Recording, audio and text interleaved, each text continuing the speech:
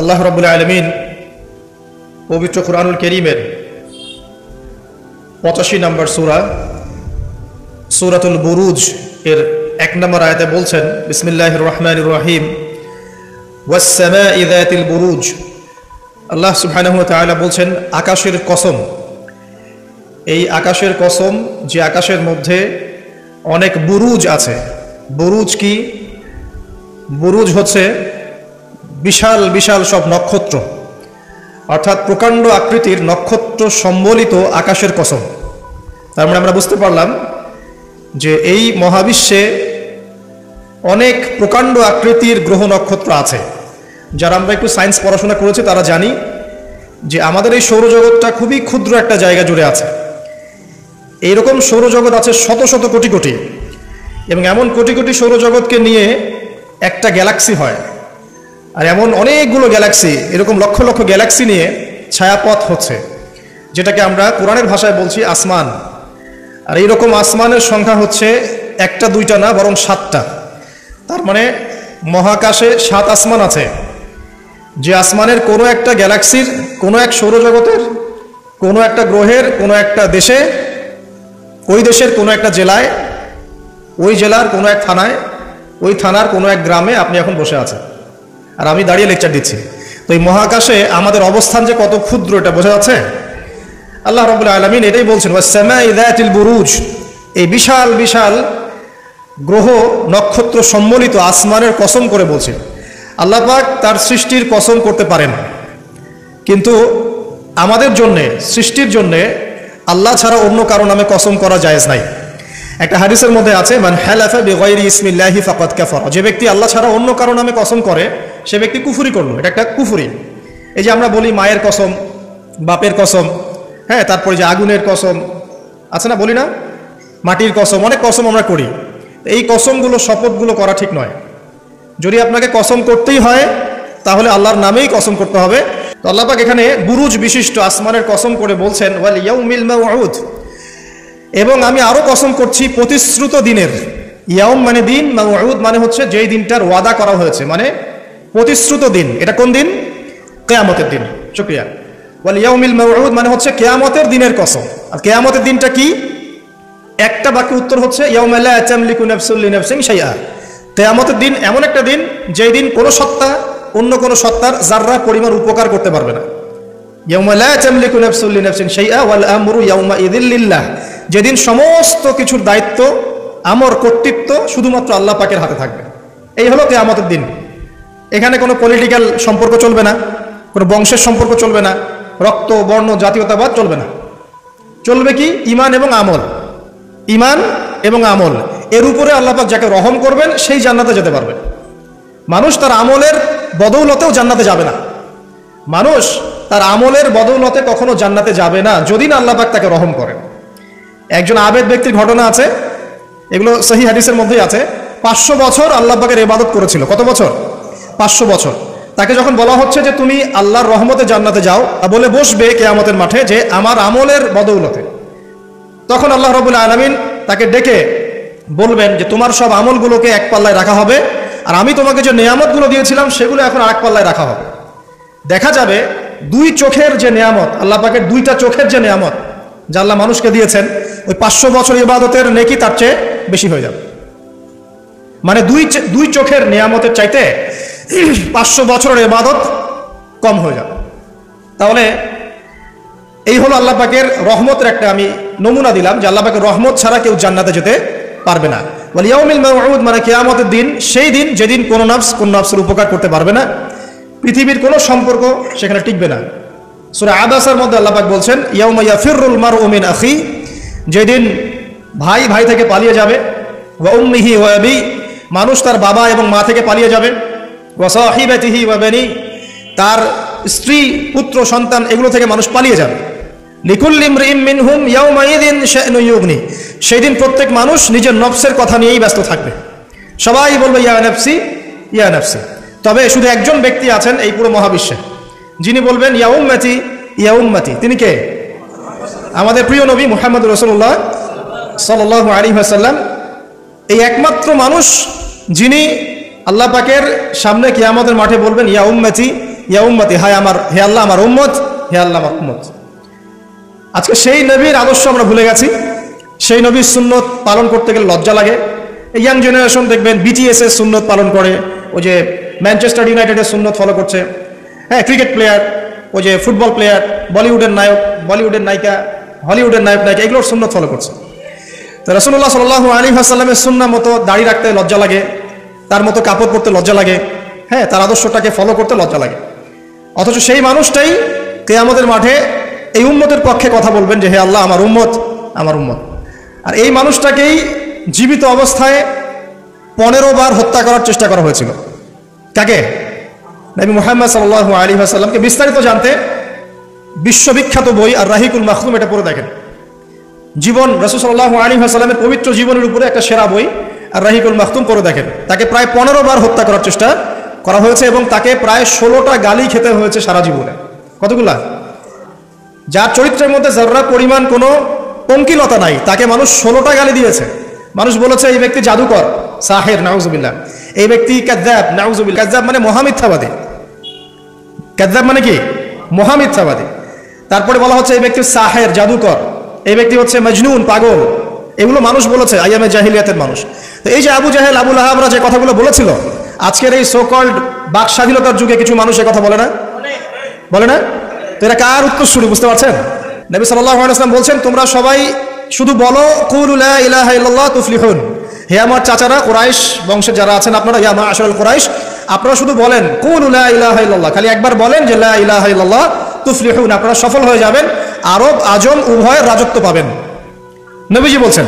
তখন আবু লাহাব হাততালি দিয়ে বলছিল এই জন্য আমাদেরকে এখানে একত্রিত করেছো? তখনই হাততালি দিয়ে পাথর নিয়ে রাসূল সাল্লাল্লাহু আলাইহি ওয়াসাল্লামের দিকে নিক্ষেপ করেছে। নাউযুবিল্লাহ। তো তখনই আল্লাহ পাক আয়াত নাজিল করলেন।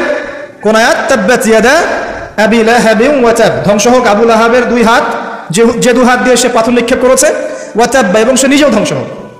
দেখেন, কিয়ামত পর্যন্ত কোরআন থাকবে না, এই সূরাটা থাকবে না। তো কিয়ামত পর্যন্ত মানুষ কোরআন তেলাওয়াতের মধ্য দিয়ে আবু লাহাবকে গালি দিবে, দিবে না? কিয়ামত পর্যন্ত মানুষ কোরআন তেলাওয়াতের মধ্য দিয়ে আবু লাহাবকে কিন্তু অভিসম্পাত করতে থাকবে যে তুমি ধ্বংস হও, তোমার দুই হাত ধ্বংস হও। এই হলো নবী সাল্লাল্লাহু আলাইহি ওয়াসাল্লামের শান। তাকে কষ্ট দিচ্ছে মানুষ, বলছে যে মুহাম্মদ সাল্লাল্লাহু আলাইহি ওয়াসাল্লাম এমন ব্যক্তি যার সন্তান জীবিত থাকে না, পুত্র সন্তান জীবিত থাকে না। তখন আল্লাহ রাব্বুল আলামিন আয়াত নাজিল করলেন, ইন্না আ'তাইনাকাল কাউসার, নিশ্চয়ই আমি আপনাকে কাউসার, মহান মর্যাদা দিয়েছি। এটা শুধু হাউজে কাউসারই নয়, কিন্তু হাউজে কাউসার সহ এই যে দুনিয়ার তার সম্মান, তার নাম শুনলে আমরা দরুদ পড়ি, তার ইজ্জত, তার শান শওকাত, এগুলোও কাউসার, সবই কাউসার। তো নিশ্চয় আমি আপনাকে কাউসার দিয়ে দিয়েছি। ফাসাল্লি লিরাব্বিকা ওয়ানহার, আপনি মন খারাপ করেন না, আপনি আপনার রবের জন্য সালাত আদায় করেন, তার পথে স্যাক্রিফাইস করেন। কুরবানি মানে শুধু কিন্তু পশু কুরবানি নয়, এখানে তার পথে আত্মত্যাগ করা, যেটা রাসূল সাল্লাল্লাহু আলাইহি ওয়াসাল্লাম সারা জীবন করে গেছে। ইন্না শানিয়াকা হুয়াল আবতার, নিশ্চয়ই আপনার যারা শত্রু এরা সব নির্বংশ হয়ে যাবে। তো ওই যে আবু জাহেলের সুন্নতগুলো কিন্তু এখনো চালু আছে। দেখবেন সুযোগ পেলেই মানুষ রাসূলুল্লাহ সাল্লাল্লাহু আলাইহি ওয়াসাল্লামের পবিত্র চরিত্র নিয়ে কথা বলে। তো যারা অজ্ঞ তাদের ব্যাপারে আমাদের আফসোস অতটা নয় যতটা আমাদের এই মুসলিম যুবকদেরকে নিয়ে আমাদের আফসোস। এই মুসলিম পরিবারে জন্মগ্রহণ করার পরেও আজ পর্যন্ত কেউ রাসূলের জীবনী পড়ে দেখলো না, আজ পর্যন্ত রাসূলের সুন্নাত ফলো করার সুযোগ হলো না, তৌফিক হলো না। 5 ওয়াক্ত নামাজটুকু পড়তে পারছেন না, দাড়িটা ছাড়তে পারছেন না, টাকনুর উপরে কাপড় উঠাতে পারছেন না, হারাম রিজিক ছাড়তে পারছেন না, মাদক ছাড়তে পারছেন না, জিনা পণ ছাড়তে পারছেন না, অথচ আপনি রাসূলুল্লাহ সাল্লাল্লাহু আলাইহি ওয়াসাল্লামের উম্মত। আপনার জন্যই আমার জন্যই নবী সাল্লাল্লাহু আলাইহি ওয়াসাল্লাম কালকে আমাদের মাঠে সুপারিশ করবে ইনশাআল্লাহ তাআলা। তো সুপারিশ পেতে হলে তো যোগ্য হতে হবে নাকি? একটা সুপারিশ পেতে হলে তো যোগ্য হতে হবে। যোগ্যতা কি? এক বাক্যে উত্তর হচ্ছে আপনার 24 ঘন্টাকে আপনি নবী সাল্লাল্লাহু আলাইহি ওয়াসাল্লামের সুন্নাহ দিয়ে ঢেলে সাজাবেন। একদম উঠবেন, বসবেন, খাবেন, চলবেন, ফিরবেন, কথা বলবেন, নামাজ পড়বেন, যত কাজ আছে সব হবে কার তরিকায়? রাসূল সাল্লাল্লাহু আলাইহি ওয়াসাল্লামের তরিকায়। যদি এটা শিখতে না পারেন, ওই যে আল্লাহর রাস্তায় সময় দিচ্ছে ভাইরা, 3 দিন 7 দিন 40 দিন চলে যান, দেখবেন 40 দিনের মধ্যে আপনাকে সুন্নাত শিখে বাসায় পাঠিয়ে দিবেন ইনশাআল্লাহ। এমন কোন জামাত নাই যেটা 100% পরিশুদ্ধ আছে। তো ওই বিতর্কিত বিষয়গুলো ছাড়েন, বিতর্কিত বিষয়গুলো আপাতত ছেড়ে দেন। সুন্নাতটা তো শিখাবে আপনাকে, আপনাকে তো নামাজটা শিখাবে, জামাতে নামাজের পাবন্দি শিখাবে, হাদিস চর্চা শিখাবে, তালিম করা শিখাবে, দাওয়াত দেওয়া শিখাবে। এটুক শিখে চলে আসে। কমপক্ষে আপনি আপনার ব্যক্তি জীবনটাতে রাসূলের সুন্নাহটা প্রতিষ্ঠা করেন। সারা দুনিয়ার মানুষ সুদ খায় খাক, অর্থনৈতিক জীবনে গিয়ে আমি সুদ খাবো না। প্রয়োজনে কৃষিকাজ করে খাবো, মাছ চাষ করে খাবো, গরু ছাগল প্রতিপালন করবো, তারপরেও সুদ খাবো। আমি ব্যবসা করতে গিয়েছি, ওখানেও নবীর সুন্নত লাগবে, আমি মাপে কম দিতে পারবো না। সারা দুনিয়ার মানুষ দেয়, দেখ, সারা দুনিয়ার মানুষ মজুত করে করুক, আমি করবো না। সারা দুনিয়ার ব্যবসায়ীরা কালোবাজারি করে করুক, আমি করবো না। একজন মুসলিম যুবকের চরিত্র হবে আমার। চাকরি করতে গিয়েছেন, চাকরি করা অবস্থায় যদি দেখেন যে হ্যাঁ আপনি নীতি নৈতিকতা বজায় রেখে করতে পারছেন, আলহামদুলিল্লাহ। যদি দেখেন এখানে আপনি ইসলামে টিকতে পারছেন না, রিজাইন দিয়ে চলে আসে, এসে নিজস্ব প্রজেক্ট তৈরি করেন। এমন অনেক মানুষকে আমরা চিনি যারা বড় বড় চাকরি ছেড়ে দিয়ে, হারাম চাকরি ছেড়ে দিয়ে কৃষিকাজ করেছে, করে আল্লাহ পাক তাদেরকে এখন স্বাবলম্বী করেছে। রিজিক কার হাতে ভাই? আল্লাহর হাতে। আর কোরআনে কিন্তু বেশি থেকে বেশি কৃষিভিত্তিক অর্থনীতির কথাই বলা হচ্ছে। দেখবেন কোরআন পড়ে দেখবেন বেশি থেকে বেশি কৃষিভিত্তিক অর্থনীতির কথাই বলা হচ্ছে এবং ব্যবসার কথা বলা হচ্ছে। এর মানে এই না আপনি চাকরি করতে পারবেন না, পারবেন। যদি আপনি চাকরি করা অবস্থায় কোরআন সুন্নাহ ফলো করতে পারেন, আলহামদুলিল্লাহ। যদি না পারেন, প্রতিবন্ধকতা থাকে, একেবারেই পারছেন না, দেয়ালে পিঠ থেকে যাচ্ছে, ছেড়ে দেন। পরকালটাকে ইহকালের জন্য নষ্ট করেন না। আল্লাহ পাক বোঝার তৌফিক দান করুন। এবার সমাজ চালাবেন, এখানেও রাসূলের সুন্নাহ প্রয়োজন আছে। মন গড়া সুন্নত দিয়ে সমাজ সংস্কার হবে না, রাসূলের সুন্নত দিয়েই সমাজ সংস্কার হবে ইনশাআল্লাহ তাআলা। দাওয়াতি কাজ করবো, সেখানেও রাসূলের সুন্নত লাগবে। মন গড়া স্টাইলে দাওয়াতি কাজ করা যাবে না। যেটা বলবো, যেটা করব, যেটা মানুষের জন্য কল্যাণকর মনে করবো, এটা রাসূলের পক্ষ থেকে দলিল থাকতে হবে। আল্লাহ পাক আমাদেরকে বোঝার তৌফিক দান করুন, আমিন। এবং এখানে শৈথিল্যতা প্রদর্শন করা যাবে না দাওয়াতের ক্ষেত্রে। গোল আলু মার্কা সব তরকারিতেই চলে, এমন চললে হবে না। আবার খুব চরমপন্থী, মানে পান থেকে চুন খসলেই একজনকে খারেজি ফতোয়া দিয়ে একদম ভিতরে ঢুকাই দিচ্ছে, এইসব চলবে না। মধ্যমপন্থী তরিকা লাগবে। ওয়াকাযালিকা জাআলনাকুম উম্মাতান ওয়াসাতা, আল্লাহ পাক বলছেন এভাবেই আমি তোমাদেরকে মধ্যমপন্থী উম্মত করেছি। মধ্যমপন্থী উম্মত, যারা শৈথিল্যতা প্রদর্শন করবে না, আবার চরমপন্থীও হবে না। চরমপন্থায় কি কোনো লাভ হয়? চরমপন্থায় কি ইসলামের উল্টা ক্ষতি হচ্ছে? আবার শৈথিল্যতাবাদী ওই আকীদায় চলে গেলে সমস্যা। তখন দেখা যাবে হারাম হালাল সব গুলাই ফেলছেন, আর একটা গোলালু মার্কা কনসেপ্ট নিয়ে কবরে যাওয়া লাগতেছে। আল্লাহ পাক বোঝার তৌফিক দান করুন, আমিন। তো এক কথায় প্রিয় ভাইরা, ওই কিয়ামতের মাঠে রাসূলুল্লাহ সাল্লাল্লাহু আলাইহি ওয়াসাল্লামই একমাত্র সত্তা যিনি পুরো উম্মার জন্য সুপারিশ করবেন ইনশাআল্লাহ তাআলা। তো সেই সুপারিশ পাওয়ার যোগ্য হতে হলে আমাদের চলনে বলনে, কথায় কাজে, ব্যবসা অর্থনীতি সব ক্ষেত্রে রাসূলের সুন্নাহকে সর্বোচ্চ অগ্রাধিকার দিতে হবে। অনেক আদর্শের কথা আমরা বলি, সবচেয়ে সেরা আদর্শ মুহাম্মদ সাল্লাল্লাহু আলাইহি ওয়াসাল্লাম। তার আদর্শের উপরে কোনো আদর্শ নাই। অতএব এই আদর্শটাকে মনে প্রাণে ধারণ করা, লালন করা, মনে মননে ধারণ করে বাস্তবে ইমপ্লিমেন্ট করা। আল্লাহ পাক আমাদেরকে তৌফিক এনায়েত করুন, আমিন। তো প্রিয় ভাইরা, কিয়ামতের মাঠ সম্পর্কে অনেক ভয়াবহ চিত্র আছে, আজকে আমি সেটা বলার সুযোগ পাচ্ছি না। এতটুকু বলবো যে এটা হচ্ছে ন্যায় বিচারের মাঠ। এখানে যাররা পরিমাণ বান্দার হক নষ্ট করে পার পাওয়া যাবে না। আল্লাহ পাকের সাথে জড়িত হাজারটা পাপ থাকলেও আল্লাহ পাক মাফ করতে পারেন, ঠিক আছে, কিন্তু বান্দার সাথে জড়িত হক থাকলে বান্দার কাছেই ক্ষমা নিতে হবে। আর একটা পাপ নিয়ে কবরে যাওয়া যাবে না, একটা পাপ। সেটা কি? সেটা হলো শিরকের পাপ। শিরকের পাপ নিয়ে কবরে যাওয়া যাবে না। বেঁচে থাকতেই শিরকের সাথে সম্পৃক্ত যত আকীদা আমল আছে তওবা করতে হবে, ছাড়তে হবে। আল্লাহ রাব্বুল আলামিন আমাদেরকে শিরক এবং কুফর থেকে হেফাজত করুন, আমিন। আল্লাহ পাক এর পরের আয়াতে বলছেন ওয়া শাহিদিন ওয়া মাশহুদ। একটা চমৎকার ঘটনা আসবে সামনে ইনশাআল্লাহ, মনোযোগ ধরে রাখেন। আল্লাহ বলছেন ওয়া শাহিদিন ওয়া মাশহুদ, আমি আল্লাহ কসম করছি শাহেদের এবং মাশহুদের। শাহেদ কি? তাফসীরের কিতাবে এসেছে শাহেদ মানে হচ্ছে জুমার দিন। কোন দিন? জুমার দিন। এই যে দেখেন, জুমার দিনে মুসলিমদের একটা কাজ কমন, সেটা হলো গোশতের দোকানে দাঁড়িয়ে গরুর গোশত কেনা। সকাল সকাল দেখবেন জুমার দিনে হাজির কসাইয়ের দোকানে, আজকে জুমার দিন গরু খেতেই হবে, নাকি ভাই? কথাটা কি ঠিক না ঠিক? দেখবেন শহরের যতগুলো কসাইখানা আছে সকাল সকাল হাজির, জুমার দিন গোশত খাইতে হবে। অথচ জুমার দিনটা এত ইম্পর্টেন্ট, এই দিনে দোয়া কবুল হয়। যে কোনো দোয়া আল্লাহর কাছে চাবেন, কবুল হবে। এই দিনে সূরা কাহাফ পড়তে হয়। এই দিনে তাড়াতাড়ি মসজিদে আসতে হয়, গোসল করে সুগন্ধি মেখে সুন্দর কাপড় পরে ইমামের কাছাকাছি এসে বসতে হয়। তাহলে প্রত্যেক কদমে 1 বছরের রোজা, 1 বছরের তাহাজ্জুদে নেকি হয়। তো জুমার দিন খুবই ইম্পর্টেন্ট। দেখবেন জুমার দিনে কি করে? গরুর গোশত খাবে, খাওয়াই লাগবে। মুরগি খাওয়া তো যাবেই না, সবজি খাওয়া যাবেই না, ঠিক আছে। তারপরে স্ত্রী সন্তান বউ বাচ্চাকে নিয়ে সকাল সকাল বেরোয় চলে গেলাম, সারা বিকেল ঘুরতেছি, রাত্রে ঘুরতেছি, সন্ধ্যায় ঘুরতেছি। মানে ওই দিনটা দেখবেন গান বাজনা, পার্টি, এই বিয়ের অনুষ্ঠান, এই জন্মদিন, এই ওরিয়েন্টেশন, এই অমুক তমুক সব জুমার দিনে। অথচ জুমার দিনটাকে আল্লাহ পাক দিয়েছেন ওয়া শাহিদ, সাক্ষ্যদাতা। মানে জুমার দিন আপনাকে সাক্ষী দিবে আপনি এই দিন কি করেছেন। জুমার দিনের কাজগুলো পড়ে নেবেন বই থেকে, আল্লাহ পাক তৌফিক দান করুন, আমিন। ওয়া মাশহুদ, এবং মাশহুদের কসম করছি। মাশহুদ কি? মাশহুদ মানে আরাফার দিন। কোন দিন? আরাফাত। এটা কোন দিন? যুব সমাজকে জিজ্ঞাসা করেন, বলতে পারবে না আরাফার দিন কোন দিন। এখনকার তরুণ প্রজন্ম দেখেন আরাফার দিন কোন দিন বলতে পারবে না। জিজ্ঞাসা করেন পর্যায় সারণীতে ওই যে মৌলের নাম, হাইড্রোজেন থেকে একদম শেষ পর্যন্ত সব বলে দিবে। পারমাণবিক ভর, পারমাণবিক সংখ্যা সব বলে দিবে। ফিজিক্সের প্রশ্নগুলো জিজ্ঞাসা করেন, সব বলে দিবে। হায়ার ম্যাথ আছে, হায়ার ম্যাথের প্রশ্ন বলে দিবে। বায়োলজির যে কঠিন কঠিন বৈজ্ঞানিক নামগুলো আছে না, ব্যাঙের বৈজ্ঞানিক নাম, অমুকের তমুকের, মানুষ সব বলে দিবে। বলেন মাশহুদ কাকে বলে? ও শাহিদি ও মাশহুদ, আয়াতটা শুনেছো কখনো? বলবে শুনি নাই। এই হলো অবস্থা, শিক্ষা সিস্টেমের এই হলো অবস্থা। কেউ কি বলেছে যে ডাক্তার হওয়া যাবে না, ইঞ্জিনিয়ার হওয়া যাবে না, বা জেনারেল লাইনে পড়া যাবে না, এমনটা কি কেউ বলেছে? কিন্তু কোরআন সুন্নাহর জ্ঞানকে বিসর্জন দিয়ে, ওই জ্ঞানটাকে বিসর্জন দিয়ে তোমাকে ডাক্তার হতে হবে? আমার তো মাঝে মাঝে মনে হয় যে এইসব সেকশনে এই সায়েন্টিফিক পড়াগুলোর পাশাপাশি মানবিক কিছু পড়াশোনা দেওয়া দরকার।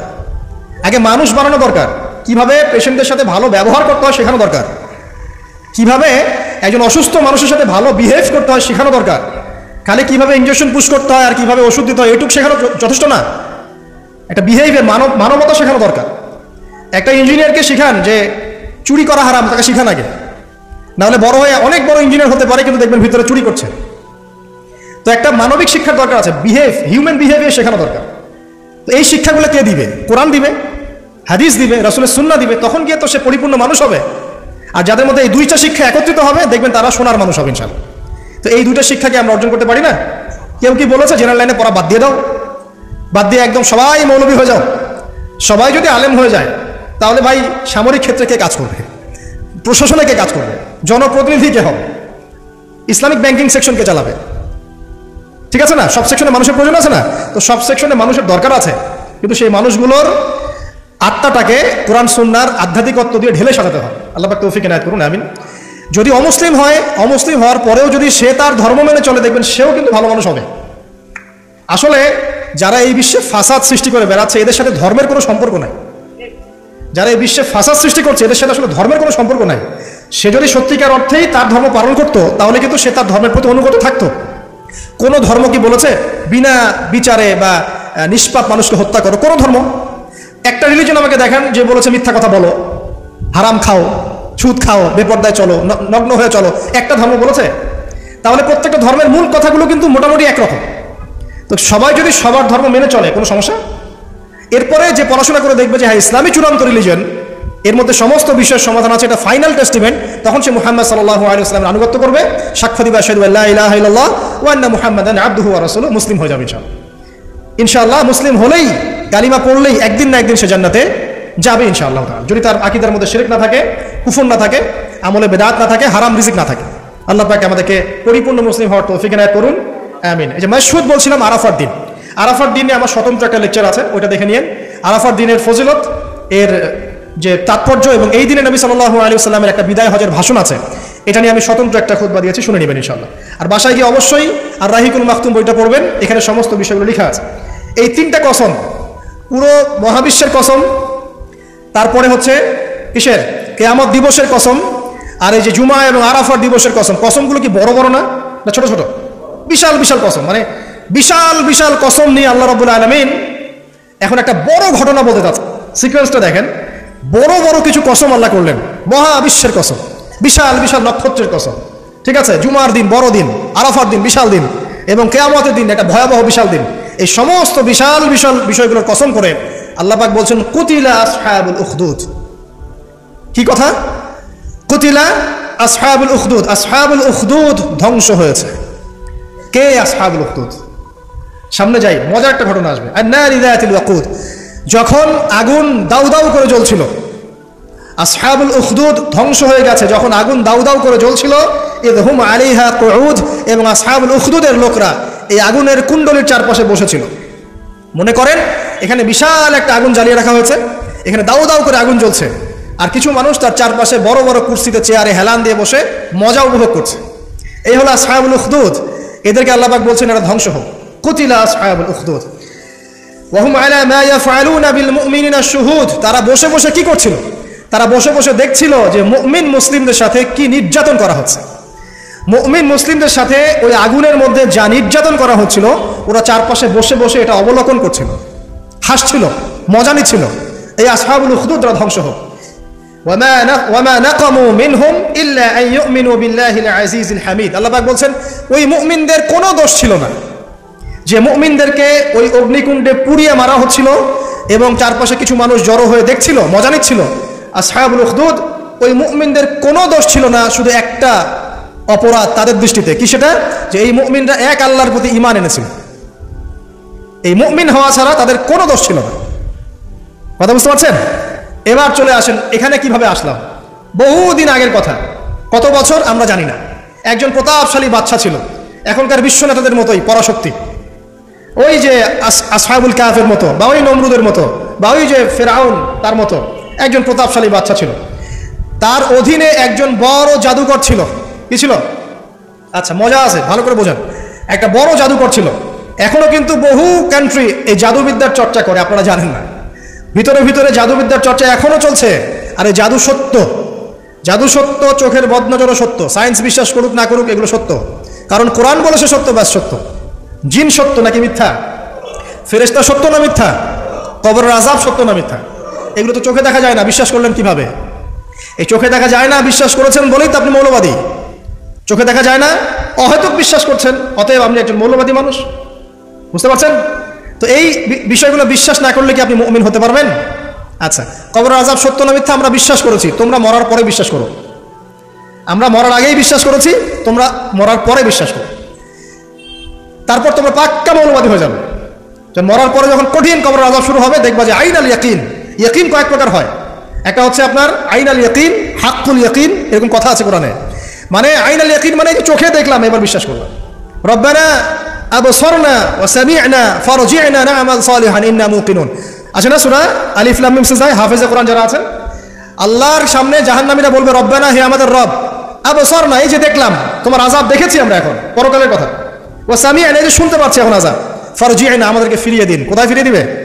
দুনিয়ায়। না'মাল সালিহান, আমরা সৎ কাজ করব, ইন্না মুকিনুন, আমাদের ইয়াকিন হয়ে গেছে। তার মানে সবাই বিশ্বাস করবে একদিন না একদিন, তাই তো? ঈসা ইবনে মারইয়ামকে যে মানুষ বলছে ক্রুসিফাইড, তাকে ক্রুসিফাইড করা হয়েছে, তিনি মারা গেছেন, নাউজুবিল্লাহ, বলা হচ্ছে না? আচ্ছা, ঈসা ইবনে মারইয়াম যখন নেমে আসবেন সবাই বিশ্বাস করবে না? সূরা মাইদায় এই জন্যই বলা হচ্ছে যে ঈসা ইবনে মারইয়ামকে যখন পাঠানো হবে, একজন আহলে কিতাব বাকি থাকবে না যে তার প্রতি ঈমান নিয়ে আনবে না। এমন একজন মানুষ তখন খুঁজে পাওয়া যাবে না যে তার প্রতি ঈমান আনবে না আহলে কিতাবদের মধ্যে। ঈসা ইবনে মারইয়ামকে ক্রুসিফিকশন করা হয় নাই। ঈসা ইবনে মারইয়ামকে আল্লাহ রাব্বুল আলামিন তার কাছে উঠিয়ে নিয়েছেন। আর যে আল্লাহ পুরো মহাবিশ্ব চালাতে পারেন, সে একজন মানুষকে উঠাতেই পারেন। এটার এমন কি বিষয় যে আল্লাহ রাব্বুল আলামিন আপনার দেহের মধ্যে রূহ রেখে দিয়েছেন, তার হুকুমে বের হয়ে চলে যাবে। সে আল্লাহ রাব্বুল আলামিন রাসূল সাল্লাল্লাহু আলাইহি ওয়াসাল্লামকে মেরাজে উঠিয়ে নিতে পারেন। সিম্পল। এটা অবিশ্বাস করার কি আছে? আসুন সামনে যাই। এখানে যে বিষয়টা, যে বহুদিন আগে এরকম প্রতাপশালী বাচ্চার অধীনে একজন জাদুকর ছিল। এই জাদুকরের যখন বয়সটা বুড়ো হয়ে গেল, তখন সে তার ওই বাচ্চাকে বলছে যে আমার তো বয়স শেষ, আমার এই বিশাল জ্ঞানগুলো কি করব? আমাকে একজন বালক এনে দিন, যেই বালককে আমি এসব জাদুবিদ্যা শিখিয়ে দিব। যেরকম ছোট বাচ্চাদের মধ্যে একজন। তো এরকম একটা ফুটফুটে সুন্দর বাচ্চাকে খুঁজে বের করা হলো, যে বাচ্চাটা বিচক্ষণ। একে নিয়ে আসা হলো জাদুকরের কাছে। এবার জাদুকর তাকে জ্ঞান শিখায়, জাদু শিখায়। জাদু শিখাতে শিখাতে শিখাতে শিখাতে সে একটু পরিণত হচ্ছে, মানে কৈশোরে পদার্পণ করলো। এখন সে যখন জাদু শিখতে আসে, আসার পথে রাস্তায় দেখে একজন পাদ্রী আছে। পাদ্রী মানে কি?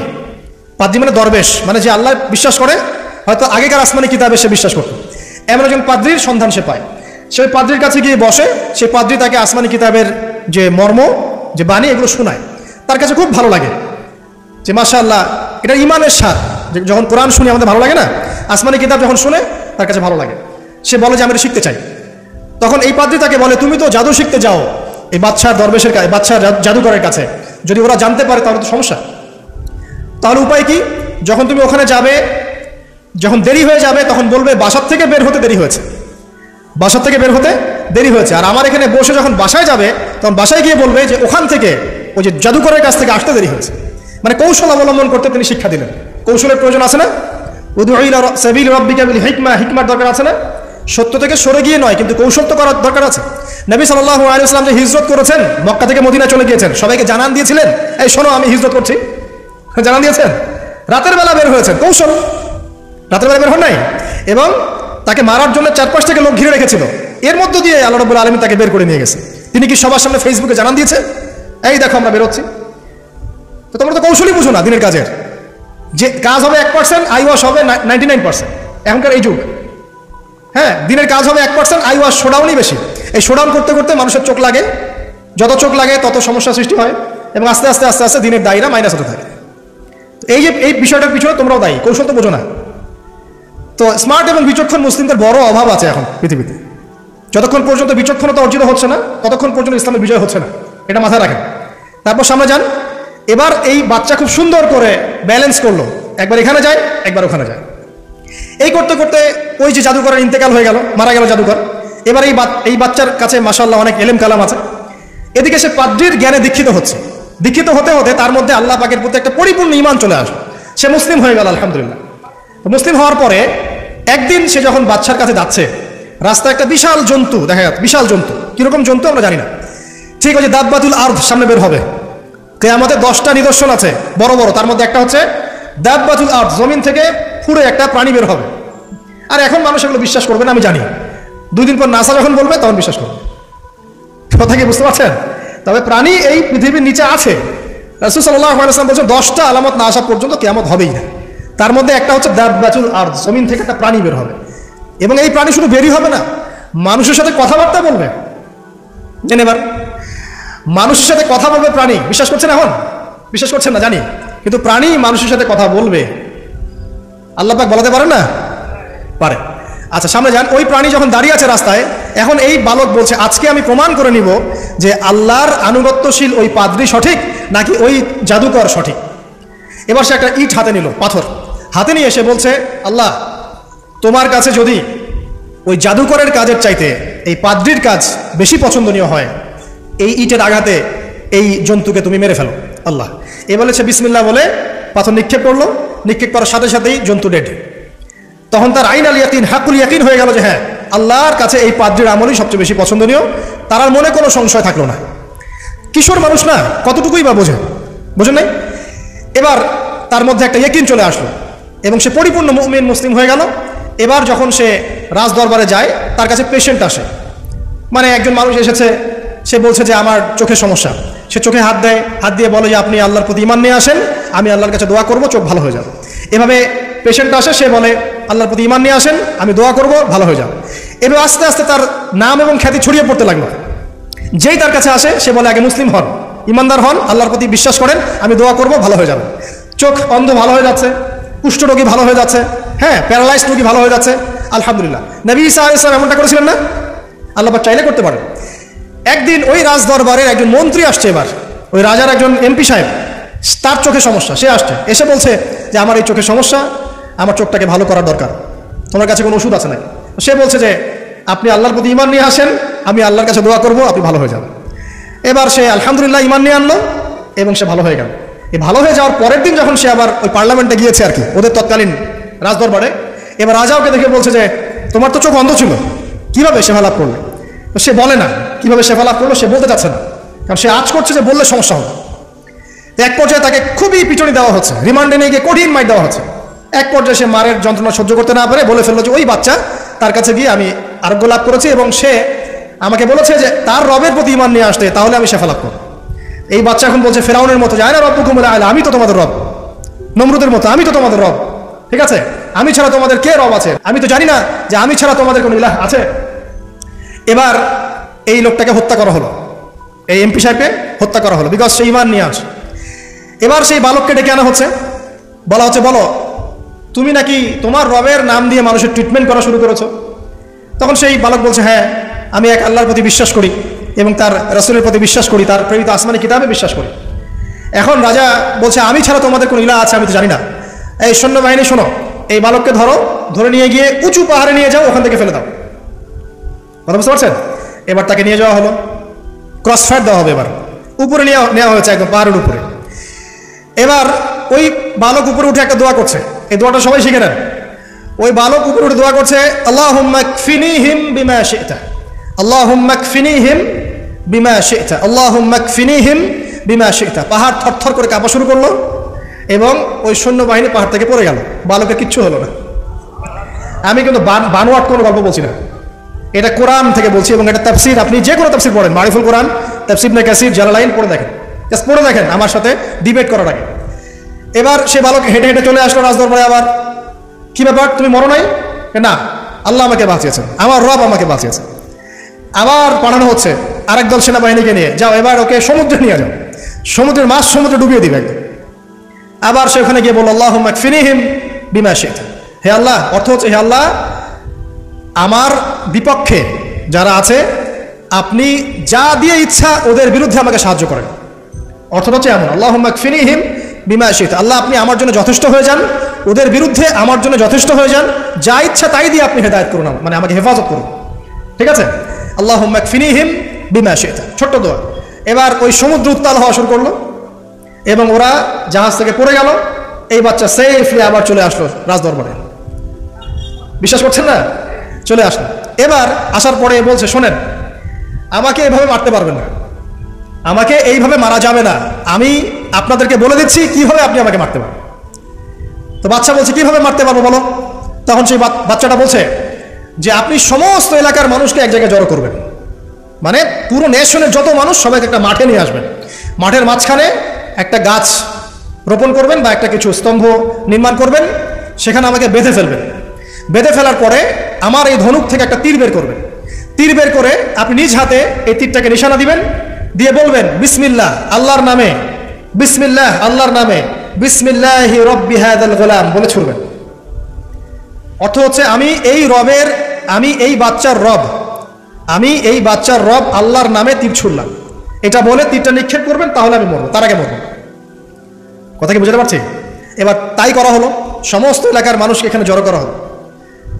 কথাটা ভালো করে বোঝেন, সমস্ত এলাকার মানুষ মানে কি? ওই এলাকার সব মানুষ, মানে মুমিন কাফের যে আছে সবগুলাকে একত্রিত করা হলো। করার পরে বাচ্চাটাকে এভাবে একটা জায়গায় বেঁধে দেওয়া হয়েছে, খেজুর গাছে, তাফসীরে এসেছে খেজুর গাছে।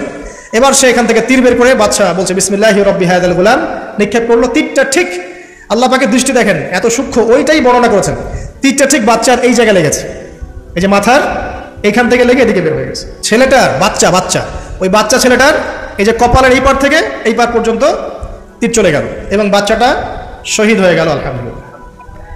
এবং এই বাচ্চাটা যখন মারা গেল বা শহীদ হয়ে গেল, আর সারা এলাকার মানুষ কি দেখলো যে বাচ্চা তাকে দুইবার চেষ্টা করে মারতে পারে নাই, কিন্তু তার রবের নাম যখন নেওয়া হয়েছে, আল্লাহর নাম নেওয়া হয়েছে, মারতে পেরেছে। দেন পুরো এলাকার সমস্ত মানুষ মুসলিম হয়ে গেল, আলহামদুলিল্লাহ। একজন বাচ্চার জীবনের বিনিময়ে সমস্ত এলাকার মানুষ ইসলামের হেদায়েত পেয়ে গেল, আলহামদুলিল্লাহ। এবার বাচ্চার মাথা তো আরো খারাপ, একটাকেই সামলাতে পারছিলাম না, এবার তো সমস্ত এলাকার মানুষ মুসলিম হয়ে গেছে।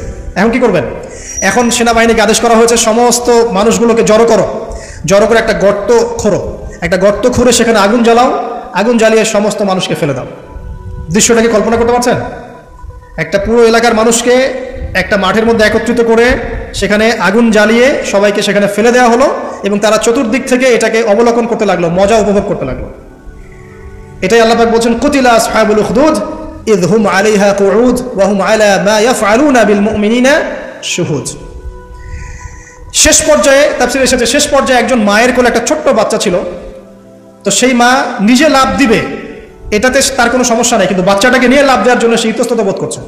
তখন আল্লাহ রাব্বুল আলামিন সেই ছোট্ট বাচ্চাটার জবানের মধ্যে আল্লাহর কুদরত নিদর্শন নাজিল করলেন। ওই বাচ্চাটা কথা বলা শুরু করলো। সেই বাচ্চাটা বলল, ইয়া উম্মা, হে আমার মা, লা তাখাফি, তুমি ভয় করো না, ফাইন্নাকি আলাল হক, কারণ আপনি সত্যের উপর আছেন, লাভ দিন। যারাই সে অগ্নিকুণ্ডে সেদিন লাভ দিয়েছে তারাই জান্নাতের স্বাদ পেয়েছে, আলহামদুলিল্লাহ। এই হলো আসহাবুল উখদুদের ঘটনা, যেটা আল্লাহ রাব্বুল আলামিন সূরা বুরুজের মধ্যে বলেছেন। এখানে একটাই শিক্ষণীয় বিষয়, ঈমান এর শক্তি। একজন ছোট্ট বালকের মধ্য দিয়ে কিভাবে আল্লাহ রাব্বুল আলামিন পুরো নেশনকে হেদায়েত করতে পারেন, এবং আল্লাহ রাব্বুল আলামিন সমস্ত পরিকল্পনার উপরে মহা পরিকল্পনাকারী, এবং আল্লাহ সুবহানাহু ওয়া তাআলা তাদেরকে চিরস্মরণীয় করে রেখেছেন কোরআনের পাতায়। কিয়ামত পর্যন্ত মানুষ এই ঘটনা পড়বে, তাদের থেকে শিক্ষা গ্রহণ করবে না? আল্লাহ রাব্বুল আলামিন সবচেয়ে বেশি স্মার্ট না আমরা সবচেয়ে বেশি স্মার্ট? এরপরে আল্লাহ রাব্বুল আলামিন বলছেন যে তারা ঈমান আনা ছাড়া অন্য কোনো অপরাধ করে নাই। এই মুমিন যারা ছিল, আগুনে লাফ দিয়েছে, এদের কি কোনো অপরাধ ছিল? এদের কোনো অপরাধ ছিল? কি অপরাধ ছিল? তারা শুধুমাত্র কি ছিল? মুমিন ছিল। ঈমান আনার ফলে তাদের এই পরিণতি হয়েছে, তাদেরকে অগ্নিকুণ্ডে লাফ দিতে তারা বাধ্য হয়েছে। যারা দিয়েছে তারা কি জান্নাতি না জাহান্নামী? জান্নাতি। ওই যে বালক যে একা দৃষ্টান্ত স্থাপন করে গেল এবং পুরো নেশনকে হেদায়েত দিয়ে গেল, এই বালক সফল না ব্যর্থ? আল্লাহ রাব্বুল আলামিন যদি চান তাহলে এরকম একজন দুইজন মানুষকে দিয়েও পুরো নেশনকে হেদায়েত করাতে পারেন, এবং যেটা হয়ে গেছে আগে সেটা এই যুগেও সম্ভব না? শুধু সম্ভবই না, বরং আপনাদের চোখের সামনে এটা হয়েছেও, কিন্তু আপনারা সেটা বুঝতে পারেন নাই। আপনাদের চোখের সামনে যুগের পর যুগ এমন ঘটনা ঘটেছেও, কিন্তু আপনারা হয়তো বুঝতে পারেন নাই, ধরতে পারেন নাই। আল্লাহ রাব্বুল আলামিন এমন মানুষদেরকে দিয়ে পুরো নেশনকে হেদায়েত করেন। কিছু মানুষকে আল্লাহ পাক পরীক্ষায় ফেলেন, তাদের মধ্য দিয়ে আল্লাহ পুরো নেশনকে হেদায়েত করতে পারেন। আলহামদুলিল্লাহ।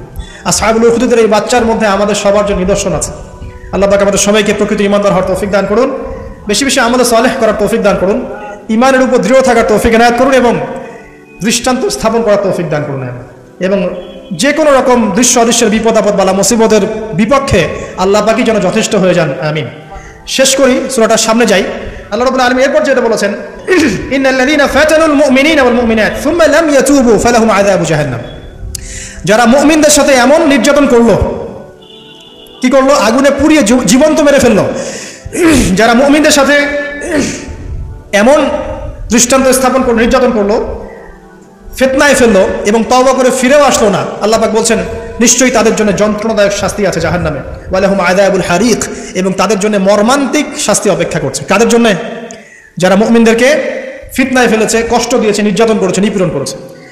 তারপর আল্লাহ পাক বলছেন ইন্নাল্লাযীনা আমানু ওয়া আমিলুস সালিহাত লাহুম জান্নাতুন তাজরি মিন তাহতিহাল আনহার। আর যারা এই পরীক্ষায় উত্তীর্ণ হয়ে গেল, যাদেরকে আসহাবুল উখদুদরা ফেলে দিল গর্তে, যারা আগুনে লাফ দিল, অগ্নি পরীক্ষা দিল, আল্লাহ পাক বলছেন এরা সফল হয়েছে, এরা জান্নাতে যাবে যার তলদেশ দিয়ে নহর সমূহ প্রবাহিত হচ্ছে। আলহামদুলিল্লাহ। ওয়া যালিকাল ফাউজুল কাবীর। আর এটা হচ্ছে সবচেয়ে বড় সাফল্য। এটাই হচ্ছে সাফল্যের চূড়ান্ত সংজ্ঞা। দুনিয়াতে আপনি কতটুকু খাচ্ছেন, পড়ছেন, কতটুকু ব্যবসা বাণিজ্য করছেন, কতটুকু স্ট্যাটাসের মালিক, এটা বড় কথা নয়। আপনি দিন শেষে জান্নাতে যেতে পারবো কিনা, এটাই বড় কথা। যদি জান্নাতে যেতে পারি ইনশাআল্লাহ তাআলা আমরা সফল। যদি জান্নাতে যেতে ব্যর্থ হই, আল্লাহ না করুক, তাহলে আমাদের চেয়ে ব্যর্থ এই মহাবিশ্বের কোনো সৃষ্টি নাই। আল্লাহ পাক বোঝার তৌফিক এনায়েত করুন। আমিন। আল্লাহ পাক এরপরে বলছেন ইন্না বাতশা রাব্বিকা লাশাদীদ। জেনে রাখো, যারা আল্লাহর বিরোধিতা করবে, তার নবী, তার আসমানি কিতাব এবং দ্বীনের বিরোধিতা করবে, তাদের জন্য আল্লাহর শাস্তি আছে। এই শাস্তিটা প্রচন্ড কঠিন। ইন্না বাতশা রাব্বিকা লাশাদীদ। আল্লাহ পাকের শাস্তি প্রচন্ড কঠিন। আমরা একটা কনসেপ্ট লালন করি মাথায়, আল্লাহ পাক গফুরুর রহিম, রহমানুর রহিম, ঠিক আছে, তাই না? একই সাথে আল্লাহ পাক কিন্তু শাদীদুল ইকাব বটে। আল্লাহ পাক একই সাথে কিন্তু কঠোর শাস্তিদাতাও বটে। আল্লাহ এটা বলছেন ইন্না বাতশা রাব্বিকা লাশাদীদ। আল্লাহ পাক ছাড় দিচ্ছেন আমাদেরকে, ছেড়ে দিবেন না। কিন্তু তোমরা যারা এখন নামাজ পড়ছো না, সওম রাখছো না, হারাম কাজে লিপ্ত আছো, হারাম খাচ্ছ এবং জিনায়, পর্নে, মাদকে লিপ্ত আছো, অহেতুক সময় নষ্ট করছো, দিনের কোনো ফিকির নাই, আল্লাহ পাক কিন্তু সবকিছু দেখছেন, আল্লাহ পাক কিন্তু সবকিছু শুনছেন। আল্লাহ রাব্বুল আলামিন সুযোগ দিচ্ছেন, সময় দিচ্ছেন, তাই বলে কিন্তু আল্লাহ পাক ছেড়ে দিবেন না কখনো। আল্লাহ রাব্বুল আলামিন কিন্তু পুঙ্খানুপুঙ্খ হিসাব নেবেন। এটাই বলছেন ইন্না বাতশা রাব্বিকা লাশাদীদ। আল্লাহ পাকের শাস্তি কিন্তু বড়ই কঠিন। আল্লাহ পাক আমাদের সবাইকে তার শাস্তি থেকে হেফাজত করুন। আমিন। একটা এক্সাম্পল দিচ্ছি খালি, জাস্ট। আবু তালেব নাম শুনেছেন? কে ছিল? রাসূল সাল্লাল্লাহু আলাইহি ওয়াসাল্লামের চাচা। দীর্ঘদিন, বছরের পর বছর তিনি নবী সাল্লাল্লাহু আলাইহি ওয়াসাল্লামকে সাপোর্ট করেছেন। যদিও তিনি মুসলিম হননি, কিন্তু সাপোর্ট করেছেন, ফাইন্যান্সিয়াল সাপোর্ট, সোশ্যাল সাপোর্ট, তাকে সাপোর্ট দিয়েছেন। কিন্তু শেষমেশ তিনি লা ইলাহা ইল্লাল্লাহ পড়তে পারেন নাই, মুমিন মুসলিম হননি। কিন্তু নবীকে এমনভাবে সাপোর্ট দিয়েছেন যেটা আরবের কেউ দেয়নি তাকে। তাহলে এই ব্যক্তি কি পাবে পরকালে? সাহাবীরা জিজ্ঞাসা করছেন আপনার চাচার কি হবে পরকালে? রাসূলুল্লাহ সাল্লাল্লাহু আলাইহি ওয়াসাল্লাম বলছেন আমার চাচা আমাকে অনেক অনেক খেদমত করেছে, উপকার করেছে দিনের জন্য, কিন্তু ঈমান নিয়ে আসে নাই। যদি সে ঈমান নিয়ে আসতো আমি তার প্রতি সুপারিশ করতাম। তিনি চাচাকে বলেছিল না, খালি একবার বলেন লা ইলাহা ইল্লাল্লাহ, আমি আপনার জন্য আল্লাহর কাছে সুপারিশ করবো ইনশাআল্লাহ। তিনি ঈমান নিয়ে আনেননি। এই কারণে জাহান্নামের সবচেয়ে নিম্নতর শাস্তি তাকে দেওয়া হবে। সেটা কি? তাকে আগুনের এক জোড়া জুতা পরিয়ে দেওয়া হবে। আগুনের এক জোড়া জুতা। এই আগুনের এক জোড়া জুতাতেই নাউযুবিল্লাহ তার মাথার যে মগজ, এই মগজটা টকবক করে ফুটতে থাকবে। ইন্না বাতশা রাব্বিকা লাশাদীদ কিভাবে বুঝাবো? এটা হলো আবু তালেবের ব্যাপার। তাহলে যারা এখন প্রকাশ্যে ইসলামের এগেইনস্টে কথা বলছে, কাজ করছে, সুন্নতের খেলাফ কাজ করছে, আমরা নামাজ পড়ছি না, সুদ খাচ্ছি, ঘুষ খাচ্ছি, দুর্নীতি করছি, আমাদের কি হবে? জাস্ট নিজের ফিকির করেন, ডান বাম সব ভুলে যান, নিজের কবরের ফিকির করেন, জাস্ট নিজের কবরের ফিকির করেন। আপনি আমি কবরে গেলে কি করবো এই ফিকির করেন, দেখবেন নিজে ভালো হলে সব ভালো হয়ে যাবে ইনশাআল্লাহ। নিজে ভালো হবে না, কিছুই ভালো হবে না। আল্লাহ পাক আমাদের সবাইকে আল্লাহর আযাব থেকে বাঁচান। আমিন। আল্লাহ পাক আযাবের কথা বলছেন, সাথে এটাও বলছেন ইন্নাহু হুয়া ইউবদিউ ওয়া ইউঈদ ওয়া হুয়াল গফুরুল ওয়াদুদ। আল্লাহ পাক কঠিন শাস্তি দাতা বটে, তবে আল্লাহ রাব্বুল আলামিন সবকিছু সৃষ্টি করেছেন, আবার তার দিকেই সবকিছু ফিরে আসবে, এবং তিনি হচ্ছেন পরম প্রেমময় একজন সত্তা। কেউ যদি আল্লাহকে ভয় করে ইনস্ট্যান্ট তওবা করে ফিরে আসে, তার জীবনে যত গুনাহ থাক আল্লাহ পাক মাফ করে দিবেন ইনশাআল্লাহ। আপনি যদি সারা জীবন শিরিক করে থাকেন, যেটা মহাপাপ, জুলমান আযীম, এখনই যদি তওবা করে ফিরে আসেন, আপনার সমস্ত পাপ তো আল্লাহ পাক মাফ করে দিবেনই, আপনার গুনাহগুলোকে নেকি দিয়ে পরিবর্তন করে দিবেন ইনশাআল্লাহ। আল্লাহ পাক প্রেমময় ওয়াদুদ একজন সত্তা। আমরা আল্লাহ পাকের দয়া যদি চাই, আল্লাহ পাকের প্রেম ভালোবাসা চাই, তাহলে আল্লাহর মারিফত লাগবে না, আল্লাহকে চিনতে হবে না, আল্লাহর আনুগত্য লাগবে না, তার রাসূলের আনুগত্য লাগবে না, কোরআন সুন্নাহ ফলো করতে হবে না। এগুলো করার পর ইনশাআল্লাহ আমরা আল্লাহ পাকের রহমত পাবো, ইনশাআল্লাহ আমরা আশাবাদী। আল্লাহ পাক আমাদেরকে তার রহমত দিয়ে ঘিরে রাখুন, আমিন।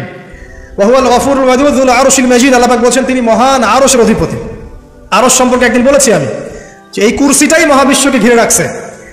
আর এই কুরসিটা আরশের তুলনায় এমন যে একটা মরুভূমিতে একটা ঢাল ফেলে দেন, একটা মরুভূমির মধ্যে একটা থালাকে ফেলে দেন, অনুপাতটা যেমন হবে আরশ আর কুরসির অনুপাতটা এমন। আরশটা এত বিশাল যেটা 8 জন ফেরেশতা ধরে রেখেছে, তার উপরে আল্লাহ রাব্বুল আলামিন আরশে আযীমে সমুন্নত। তো সে আল্লাহকে চিনতে শিখুন, আল্লাহর আনুগত্য করতে শিখুন। আল্লাহ পাক তৌফিক দান করুন। ফাআলুল লিমা ইউরিদ, আল্লাহ পাক যা ইচ্ছা তাই করতে পারেন। হাল আতাকা হাদিসুল জুনুদ, হে নবী মুহাম্মদ সাল্লাল্লাহু আলাইহি ওয়াসাল্লাম, তোমার কাছে কি এই সেনাবাহিনীর খবর পৌঁছেছে? এটাকে ফেরাউন ওয়া সামুদ, ফেরাউন এবং সামুদের বিশাল পরাক্রমশালী এই ফোর্সের কথা তোমার কাছে কি পৌঁছেছে? এই আসহাবুল উখদুদের সেনাবাহিনীর কথাই বলেন, আর ওই যে ফেরাউন বা নমরুদ বা সামুদ আদ জাতির কথাই বলেন, এরা সবাই কিন্তু আল্লাহর গজবে ধ্বংস হয়ে গিয়েছে। আল্লাহ রাব্বুল আলামিনের কাছে সবাই তুচ্ছ। আমরা আল্লাহ রাব্বুল আলামিনের ক্ষমতার কাছে তুচ্ছ।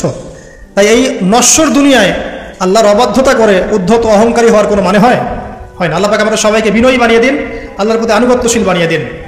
বালিল্লাযীনা কাফারু ফি তাকযীব, বরং যারা কুফরি করছে এরা তো মিথ্যা প্রতিপন্ন করছে।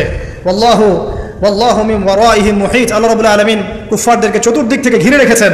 বাল হুয়া কুরআনুম মাজিদ, আর এই যে কথাগুলো বলা হলো এগুলো কোনো অলীক গল্প নয়, বরং এটা হচ্ছে কুরআনুম মাজিদ ফি লাওহিম মাহফুজ, যেটা লাওহে মাহফুজ থেকে নাজিল হয়েছে। আল্লাহ রাব্বুল আলামিন আমাদের সবাইকে এই সূরাটা থেকে শিক্ষা নেওয়ার তৌফিক দান করুন। খুব সংক্ষেপে যদি সামারি করি, তাহলে এই সূরার মধ্যে আল্লাহ রাব্বুল আলামিন বিশাল বিশাল বিষয়ের কসম করেছেন, এবং বিশাল বিষয়ের কসম করে আল্লাহ পাক বড় একটা ঘটনা বলছেন, যে ঘটনার মধ্য দিয়ে একজন যুবককে দিয়ে আল্লাহ রাব্বুল আলামিন পুরো কওমকে হেদায়েত করছেন। একজনের জীবনের বিনিময়ে আল্লাহ পাক পুরো জাতিকে হেদায়েত করলেন। তো সেটা যদি আল্লাহ ওই যুগে করতে পারেন, এখনো করতে পারেন। এখানে আল্লাহর কাছে তারা সাফল্যমণ্ডিত হয়েছে যারা ঈমান এনেছিল, আর যারা ওদেরকে আযাব দিয়েছে, আগুনে পুড়িয়ে মেরেছে, এদেরকে আল্লাহ পাক জাহান্নামী ঘোষণা করেছেন। আল্লাহ পাক বলেছেন আমি শুধু গফুর রহিমই নই, আমি বরং শাদীদুল ইকাব, কঠিন শাস্তিদাতাও বটে। ইতিহাস ঘেটে দেখো, ফিরআউন নমরুদ যত বড় বড় জুমদের অধিকারী যারা ছিল, এদেরকে কিন্তু এই পৃথিবীতে সাস্টেইন করতে দেওয়া হয় নাই। যারা আল্লাহর আনুগত্য দাসত্ব করেছে এদেরকেই আল্লাহ রাব্বুল আলামিন সম্মানিত পুরস্কৃত করেছেন। যারা করে নাই, তাকযীবের মধ্যে ছিল, এদেরকে আল্লাহ পাক ধ্বংস করেছেন।